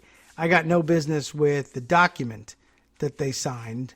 And I suppose it would be difficult to hold a notary responsible, say, for a notarizing the signature on a contract, for instance. I don't know, if you decided you want to have your contracts notarized, it won't really make any difference whether you do that or not. But if you notarize, in most states, shouldn't make a difference. The contract, I don't know that they could be held responsible, say, for any whether maybe illegal or otherwise improper provisions in a contract. That wouldn't normally apply. But I guess if it was an outright fraud and they knew or should have known, and I guess with her husband signing on, she either knew or should have known. Anyway, I don't object to the complaint being raised. I'd like to see that settled. McDonald also suggested it might be illegal for notaries to notarize documents involving family members. Ooh, that's something I can't help you with. Oseki said she wants the archivist in Washington to count her group's electoral choices. Why? It won't help if the archivist counts them. He doesn't do anything. You want him to save them, preserve them? Not likely that they're going to do that, but okay. She thinks the nation's election integrity is riding on it. Although they might save it as a historical curiosity. That might be of some interest. I've never been in politics before, she said. I'm not crazy. Well, that's the end of that. What is that? I am not a crackpot, right? Please, there are too many states nowadays. Please eliminate 3. I am not a crackpot. Well, I've never been in politics before. I'm not crazy. I won't notarize that one. I'm just a person who feels like there's a problem here. We're at that. This is interesting. Was this a written statement? It says, we're at that parentheses 1776 moment here. It's the little people who are going to matter. You can't sit on the sidelines anymore. I don't know if there was a written statement that had that, or whether she said, why we find ourselves at a every once in a while, every so often in history, you find yourself at a 1776 moment. And forget the time is linear and you only find yourself at a 1776 moment in 1776, but a 1776 like moment, right? She's not great. She's not an English major. Well, maybe she is. I don't know. We don't find out what her major is. I don't know. Anyway, we're at a 1776 like moment, or so you might say. Every so often in history, you find yourself at a 1776 like moment. Presumably, though, I still have to do sidetrack. It would not happen at any time before 1776. So at 1776, thereafter, you could find yourself at another 1776 like moment, and then you say, "We're at that moment here." What moment? If you're just quoting this part of it, you would want to include parenthetically, she meant 1776. She's wrong, but that's what she was referring to. All right, so you can't sit on the sidelines anymore. And that's it. I mean, I think we got every ounce out of that article that you could possibly get. Over in Michigan, as I mentioned, there was another activity going on. This one included some video. I can include some links to those videos posted by Riley Beggin, the Washington correspondent for the Detroit News, posting some very interesting video of people trying to persuade the guard at the door of the Michigan State Capitol that they should be allowed in. The guy doing the talking, masked, I would point out, standing there in a trench coat, nicely dressed. It made me think, though, of that they should have been, you're supposed to stack up one on top of another and put that trench coat over so that you're taken for an adult when you get to one of these things. But the one video is being taken from a little further back. That's the one I'm watching. In this video, I can see other people taking video, which is also kind of interesting. Interesting that they didn't use the closer video. But the person slightly closer taking video of the conversation on their phone is wearing mittens. It's cold out. I think it's notable that this is, remember, you're trying to force your way in as members of the Electoral College. She is wearing Canada mittens. He or she is wearing Canada mittens, which I'm sure they're very fine and warm mittens and well selected for a cold day, although nobody else seems to be that cold. But I think I would have gone with USA mittens, quite honestly, on that one. If you're the Electoral College of the United States, why are you wearing Canada mittens? Oh, they're just warm. And every duly qualified member of the Electoral College knows America produces inferior mittens. I don't know. But anyway, they're just in favor of friendly relations with Canada. I guess it's okay to do that. But anyway, please let us in. We're here to do an electoral, and it didn't work. And I feel, I'm sad for them on that front. But okay, they did everything they could. There are a couple other efforts out there from other states. We'll see what happens to them and whether any of them make it to the floor. I'd be very curious to know. Okay, let's see. A couple other things to bring to your attention. Let's see. On the coronavirus front, I want to share this. We were all very happy to see the vaccine begin to roll out yesterday. This, a note of warning, I picked up from TPM.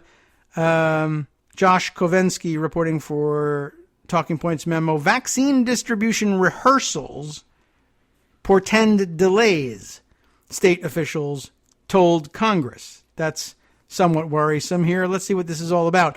As COVID-19 vaccine distribution is getting underway around the country, at least one state official has warned that serious delays could affect the rollout. We haven't seen that happen yet, I don't think, but this is interesting. And I'm very pleased to note that they had a rehearsal. Very smart thinking. Pennsylvania Health Secretary Dr. Rachel Levine told a House committee last week that a quarter of states had seen significant issues in mock distribution scenarios hosted by the federal government. That's more effort than I thought the federal government was putting into this. In recent mock shipments of vaccine to train and test the transportation and logistics planning that has been done by Operation Warp Speed, there have been varying levels of success, Levine said. Hospitals around the country began vaccinating their frontline healthcare workers today, marking a first step toward what could bring the pandemic to an end. But while the start of the vaccination campaign has been greeted with fanfare, Levine's comments suggest that the plan could suffer from delays going forward. The Trump administration's bid to accelerate vaccine development, Operation Warp Speed, has succeeded in bringing Pfizer's COVID-19 shot to early approval, while Moderna's inoculation is likely to receive the same emergency approval from federal regulators next week. We haven't even mentioned what we found out at the end of last week, because it happened after the show was finished on Friday, that we received word that Trump and White House Chief of Staff, which one are they on now? We're on to, I forget. Which one? Which M is Meadows gone or is Meadows the current guy? I can't even remember anymore. Anyway, that the Trump and he were basically calling the FDA and threatening them that if they didn't have the approval announced by the end of business on Friday, rather than making the Saturday announcement that they were planning on, that he was essentially fired, that his resignation letter should be on his desk by 9 a.m. or whatever the hell else. They wanted a resignation letter out of him, just like Barr, who resigned and wasn't fired. And it shouldn't make any difference, really. I mean, whether they made that announcement Friday or Saturday. Some people were speculating they wanted to get it in on the Friday evening news because Saturday's a dead spot. But Friday evening, the Friday news dump is no better. I thought at the time that maybe this was because it was good weather in Washington, D.C. for the weekend, and Trump might have been able to sneak in around to golf on Saturday morning, but he didn't want to be on the golf course when the announcement of approval was made. But in hindsight, that was kind of a weak theory, and it didn't appear to be right either. He wasn't playing golf. He was going to the Army-Navy game and helicoptering in Marine One over the crowd assembled for the Proud Boys Beat Everybody Up march, filled with Nazis, as we saw this morning, along with one of the Proud Boys with a T-shirt reading 6MWE, which apparently in Nazi parlance stands for 6 million wasn't enough. These are the very fine people that were, of course, marching at Charlottesville. And Trump does Marine One flyovers for people who wear 6 million wasn't enough T-shirts. And his Jewish daughter and Jewish son-in-law, the Kushners, I'm sure thank him for it. They'll have to answer. Well, they had to answer for that in their Jewish day school, among other things, not that long ago. Anyway, where were we? Oh, yes. So he was going to the Army-Navy game instead. And I don't know. I think that would have been a fine place for the announcement to have been made. In fact, he probably would have gotten a big cheer and an ovation at the game. I don't think he thought this through. But whatever. They decided they wanted it on Friday rather than Saturday because reasons, and so they got it. All right. Trump officials have planned a distribution system in which the federal government will allocate vaccine to the states, who then have to get the pandemic-ending shot out to citizens themselves. Levine and other state officials have said that Congress needs to allocate up to $9 billion to ensure that this happens. To date, Congress has allocated how many billions? Anyone want to guess? The answer is zero. And in fact, not even just zero numbers of billions, but nothing. Congress has allocated nothing because they're doing such a great job over there in the Republican Senate blocking everything from happening. The Trump administration has stepped in with a federal partnership that will ensure vaccinations for the first two categories of people, frontline healthcare workers and nursing home residents. That effort will likely last until the end of President Trump's administration, leaving President-elect Joe Biden with a giant unsolved problem.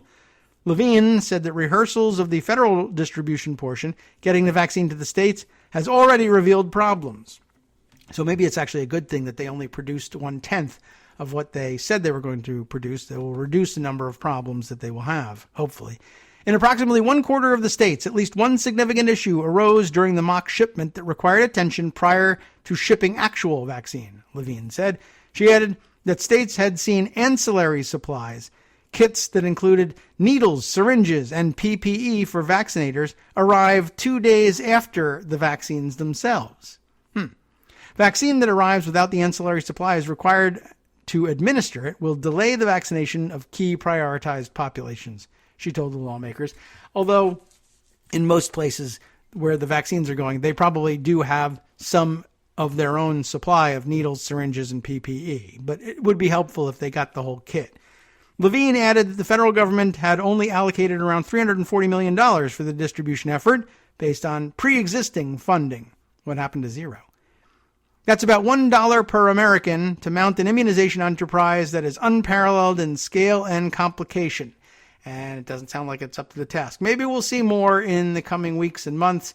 Maybe they can depend on PPE and needles and syringes and funding that they already have in hand. And a lot of people would probably volunteer their time to vaccinate the frontline healthcare workers, their colleagues, after all, in all of this. All right, let's see. I got to bring this one up. This is not widespread impact like with the vaccine, but I got to make note of this. Bloomberg reporter Jennifer Jacobs, who's kind of like been at the top of the White House COVID beat for a long time. I've been just like generally recognized as getting all the scoops on who's catching COVID inside the White House, has this very amazing story. Which I have put my own spin on Twitter. But White House official recovers from severe COVID-19, friend says. Sounds ordinary enough, but read on. A White House official who fell ill with COVID-19 in September is recovering after 3 months in the hospital. And again, recovering, yes. But what happened along the way? He lost his right foot and lower leg in his battle against the virus, according to a friend. And I think I read elsewhere that he also had the big toe on his left foot amputated as well. Creed Bailey, the director of White House Security Office, was the most severely ill among dozens of COVID-19 cases known to be connected to the White House. Bailey's family has asked that the White House not publicize his condition, and President Donald Trump has never publicly acknowledged his illness. And that's okay because it's in compliance with the family's wishes here. But Bailey's friends have had to raise more than $30,000 for his rehabilitation through a GoFundMe account. The White House, by the way, declined to say, which means no, declined to say whether Trump has contributed to the effort, which honestly, if they only raised $30,000, doesn't say much about Mr. Multi-Billionaire. I love loyalty, and I'll be loyal to you if you're loyal to me guy in the White House there. If you are a dead-end loyalist to Mr. Loyalty multi-billionaire, how is it that you need to raise any money through GoFundMe to rehabilitate yourself from having your leg amputated from COVID-19? Why isn't Trump just dropping this cash himself? And the answer is, of course, he's a disgusting pig and deserves to burn in hell for eternity. But that's not in this article. And I don't know whether it was edited out or what, but it does belong in there. Bailey's friends, oh yes, we did that when he raised the $30,000. Creed beat COVID-19. How do you like that? You beat him. You lost your leg, but you beat it. You're still here, I guess. That's enough. But it came at a significant cost. His big toe on his left foot, as well as his right foot and lower leg, had to be amputated. Dawn McCroby, be careful how you say it, not Microby, but McCroby, who organized the GoFundMe effort for Bailey, wrote on December 7th, a date that will live in infamy, as you know. Bailey is now at a rehabilitation center, and that only costs more, and will be fitted for a prosthetic leg in the coming months, she wrote. And now, of course, I bet he'll never return to the White House either. And not only just because Trump, who hired him, will be gone, but even if he was there for another term, Trump would probably be like, ugh, a prosthetic leg. I don't want to see that. Get that guy out of here. I hate that stuff. Sickness makes me sick. His family has staggering medical bills. How? Why? From a hospital stay of 2+ months. I mean, we know how normal people have those hospital bills. But, I mean, you know that this guy has been a loyal Trump supporter, and he has been. But you know that people like that, who I think are that close to the president, are kind of motivated, and even people who aren't close to him are motivated by this distant pipe dream that Donald Trump will drop $1 million on him at some point and save them from some financial catastrophe, or just reward them for their loyalty. And he never will. His family has staggering medical bills from a hospital stay of 2+ months and counting in the ICU, and a long road ahead in rehab before he can go home. McCroby wrote November 13th when she created the account. When he does make it home, there will be major changes necessary to deal with his new and permanent disability. True. All sorts of access problems, I'm sure. 2 people familiar with Bailey's situation confirmed that McCroby is a friend. They asked not to be identified because Bailey's family has tried to keep his illness private. McCroby did not respond to messages, and White House spokespeople declined to comment. Efforts to reach Bailey and multiple members of his family by phone, email, and social media have been unsuccessful. After this story was published, McCroby updated the GoFundMe page to advise Bailey's friends to ignore messages from journalists. Per Creed's wishes, please let the media tell their story without your input, she wrote. Bailey's office handles credentialing for access to the White House complex and works closely with the U.S. Secret Service on security measures. Bailey was known on the compound as a strong Trump supporter. The president has repeatedly minimized the risk of COVID-19 since the beginning of the pandemic, both on and before, or rather before and after he was hospitalized with the disease on October 2nd through 5th. Doctors are still learning about the extent to which the coronavirus can damage the body, but loss of blood flow is one possible consequence. The virus is known to attack the vascular system and can cause deadly blood clots. When she created the GoFundMe account, McCroby wrote that Creed will not be happy I've done this, as he is a proud man who is the first to help everyone else but would never ask for help himself. She updated the post on December 7th with more details about his condition. He is blown away by your generosity, he said to donors. I guess he's not that proud. That's the right thing to do, is to, ask for help if you need it. And if you can be proud and people give it to you despite your wishes and then accept it. But it's interesting. His house will need to be renovated to accommodate his disability. Ramps to get in and out of the house. Bathroom shower will have to be modified. Handrails to be installed, etc., etc. She wrote, etc., etc. I'm not dismissing it. He'll also need a new vehicle that can accommodate a wheelchair and that can be modified so the gas pedal can be operated with Bailey's left leg, she wrote. I could go on, but you get the picture. There are a lot of adjustments ahead. And there are. And one of them would be adjust your expectations of the multi-billionaire loyalist guy who said he'd, fight with you forever and be at your side if you were with him. And I guess he won't be. And he may drop some money on him at some point later on. And whatever. I'm sure that'll be real nice.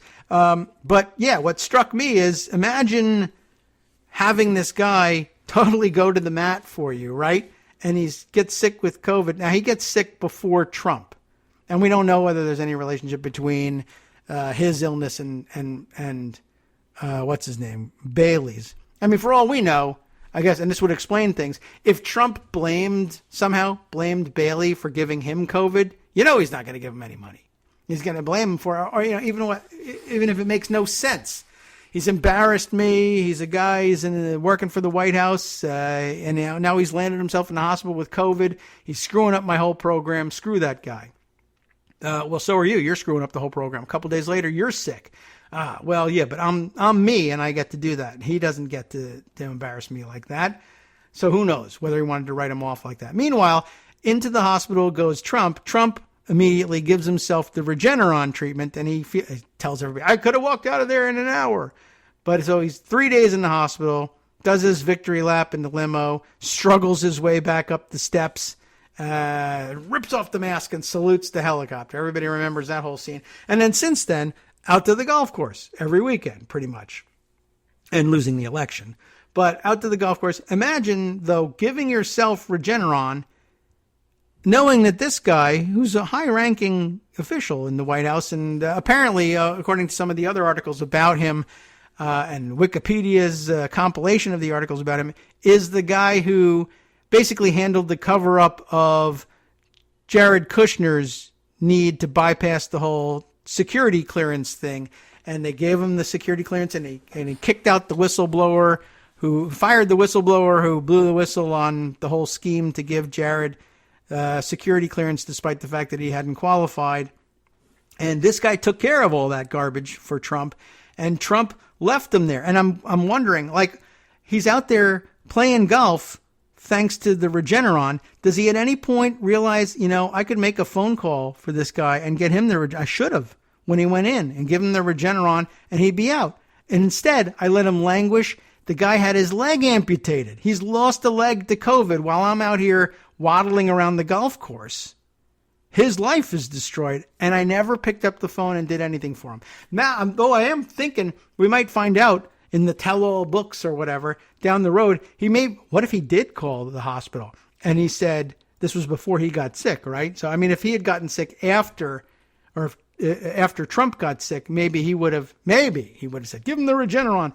But it happened before. What if he called and he said, you know what to do, pump him full of hydroxychloroquine? And it did nothing, or maybe even made it worse. And the guy has cost his leg, but he's a Trump loyalist, so he'll never blame Trump for it. And he won't, as long as he can hold out for the possibility that Trump will drop a load of cash on him and pay for the rehabilitation and the renovation of his home or something like that. But in the meantime, he has to stay silent in order to preserve that possibility. I just thought the most amazing thing in the world, that he'd be waddling around the golf course thanks to Regeneron, and never thought for a minute. Guy is in the hospital. He's in terrible shape. He ends up losing his leg. He does nothing for him. And even if it's too late, like he couldn't have him put on the Regeneron by the time he realized how good Regeneron was, it was too late, really, probably to treat Bailey with that stuff. And maybe there was nothing they could do. But why are they needing to go to a GoFundMe? He couldn't take care of this quietly, privately, if he wanted to do that? I don't know. Very strange. Just like it's also inexplicable that he wanted the announcement of the vaccine on Friday instead of Saturday. I'm not certain why he didn't just announce it himself and say, I know something you don't know. The vaccine's going to be approved tomorrow. Everybody's waiting for the news, but I'm the president and I have this secret information, and just spill it on Friday. I don't know why. He's done that before. I don't know what made him decide that he couldn't do it this time. A lot of very weird happenings around this White House, and all really coming back to the pointing back to the fact that this guy is so despicable and disgusting. We are, speaking of despicable and disgusting, now over 90,000 people who have died since Trump got out, either in front of a green screen, somehow more despicable, or on the south lawn of the White House, and promised everybody would get that Regeneron. Not the people on his staff. They're not going to get it. Screw them. And yes, he's still going to swipe vaccine for himself. Yes, yesterday, by the way, the dynamics of the game were that he spent all morning denying and saying he was going to reverse the decision to vaccinate the White House staff first. And then later on, basically, that got reversed too. And I think Kayleigh McEnany said, well, not everybody is not going to get the vaccine. Top staffers, well, they've just got to get it. So you know he's stealing some for himself. Anyway, I just thought the whole thing was rather remarkable and that he didn't help anybody out. 90,000 dead and over 9 million infected since he said he was going to give everybody the miracle cure for free. I'm sure he intends to exit office without ever doing that. That, if it's ever distributed, will be done by Joe Biden. Though Trump will say, me, I should be getting the credit for it. Amazing closeout, but I guess everybody could have predicted it would go exactly like this in the final days of the Trump administration, such as it is. All right, time to hand things over now to Justice Putnam for the West Coast Cookbook and Speakeasy. You know the deal. Lots of things happened that I didn't get to, and we depend on him to give you the latest on it, including more news about our weird and contentious relationship with Russia and even the Russian opposition. From networksradio.com, you have been listening to Kagro in the Morning with David Waldman. Yeah, that's right. The CNN folks have investigated and pieced together how the Russian security service followed Russian opposition leader Alexei Navalny prior, of course, to poisoning him. So we'll be interested to see that revealed on the world front. Let's see. The World Health Organization is investigating a new COVID-19 variant emerging in England. Stay tuned.